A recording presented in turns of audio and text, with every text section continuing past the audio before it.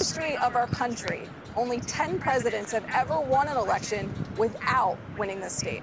All right, and so there have been some headlines about some ballots questioned. Let's talk about that, especially where those mail-in ballots are concerned.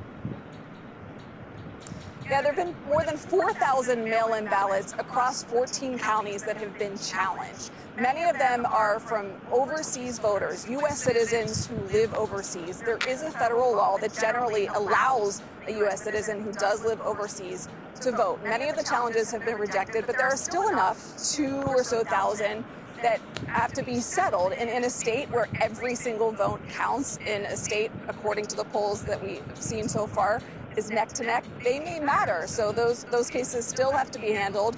And really what happens in Pennsylvania, it's hard to say at this point, but a reminder, in 2020, this state wasn't called until Saturday morning after the election. Reed? All right, we will see if history repeats itself or not. Nikki, thank you so much. Be well. Meanwhile, in the state of Texas, reminder there, polls do not close until 7 p.m. And that is where we find CBS News Texas' Jason Allen, who is in Fort Worth, Texas. Jason, how are voters feeling today?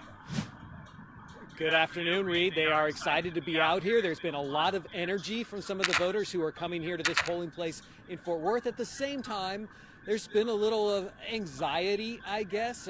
Some people have even used the word scared as they wait to see how everything unfolds as the day and the evening goes on. Now, we have seen a line at times here out of this polling place. It's not there now, a little bit of a lunchtime lull, but at times here in this county, Tarrant County, which is where Fort Worth is located, just to the west of Dallas, there have been lines of up to 45 minutes. A few issues have presented themselves today. There were some voting machines, I think 8 of them, that didn't come on in Grapevine, which is near the DFW airport. There was also some overnight vandalism at a polling place in Arlington, but none of that has stopped any of the voting. Things have continued on as expected, and people have generally been excited to get out here and log their vote. Yeah, I want to ask you if you're seeing a theme there in Texas, and that theme is metro voters as opposed to rural voters. You know, in other states, they're saying, you know, that there's a thought that the Democrats really wanted to get those metro area voters to sort of erode the force or the impact of the rural voters. Are you seeing that in the state of Texas as well?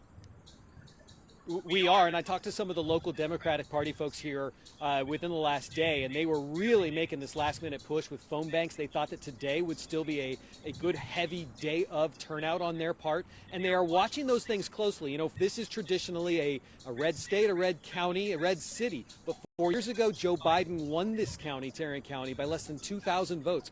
Very tiny margin, right? Enough that a third or fourth party candidate on down ballot made up the difference. And there are a lot of Democrats in the last few weeks that have been very energized by the Colin Allred versus Ted Cruz race for the U.S. Senate spot. They have seen some of their internal polling show that Allred has pulled maybe even into a dead tie with Cruz over the last week or two. No matter how they feel about the presidential race, a lot of Democrats think that they still have a chance to win that Senate seat here today. All right. Thank you so much for that live report. Things always big in Texas, and the votes will be big. We appreciate you so much. So let's talk about something that will decide whether Harris or Trump get their way into the White House after Election Day. And that's Congress and who holds the balance of power. He just talked about the Ted Cruz race there. So look at this. Right now, Republicans hold a pretty slim majority in the House of Representatives. In fact, 1/3 of U.S. senators are up for re-election. CBS News congressional correspondent Scott MacFarlane takes a look at the races that we all need to be watching tonight. Another cliffhanger. In the control of Congress, a future President Harris or Trump will need the U.S. Senate to confirm their cabinet, their Supreme Court justices, get policies enacted. Only the white seats you see behind me are up for election tonight. That's 1/3 of the